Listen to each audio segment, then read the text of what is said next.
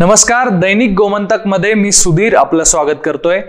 गोव्यातून सध्या एक मोठी बातमी समोर येते। गोव्यातील प्रसिद्ध हॉटेल टिटोस क्लब हे आता बंद होणार असल्याची चर्चा सुरू आहे।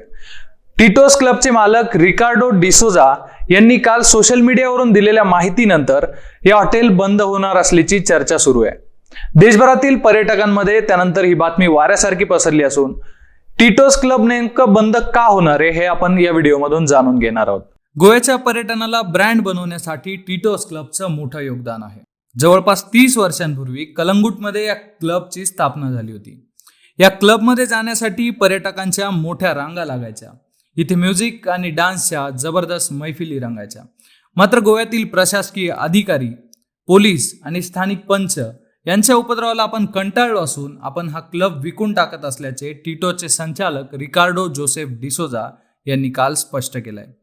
तर दुसरीकडे त्यांनी मुख्यमंत्री डॉक्टर प्रमोद सावंत तसेच स्थानिक IAS अधिकारी यांचे आभार मानले।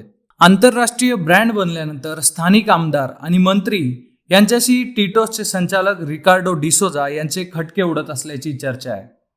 टिटोस यशस्वी झाल्यानंतर रिकार्डो डिसोजा यांनी आसपासची काही आस्थापनेही विकत घेतली होती।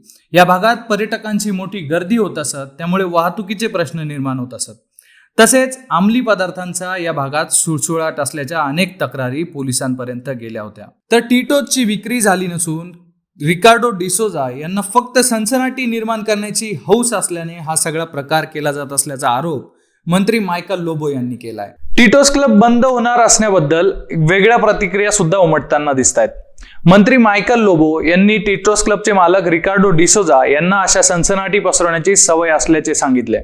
तर ते आमदार होऊ इच्छिता, मात्र ते होऊ शकत नाही, त्यामुळे देखील त्यांच्यात नाराजी असल्याची शंका व्यक्त केली आहे। तर यासोबतच मंत्री मायकल लोबो यांनी हे सुद्धा सांगितलंय की टिटोस क्लब अजून विकण्यात आलेला आहे, हे अजून स्पष्ट झालेलं नाही। त्यामुळे येणाऱ्या काळात टिटोस क्लब सुरू असेल की नाही हे आपल्याला आता येणाऱ्या काळातच समजणार आहे। दैनिक गोमंतकच्या माध्यमातून गोव्याची प्रत्येक अपडेट पाहण्यासाठी या व्हिडिओला लाईक करा, शेअर करा आणि आमच्या YouTube चॅनलला सबस्क्राईब करायला विसरू नका। धन्यवाद।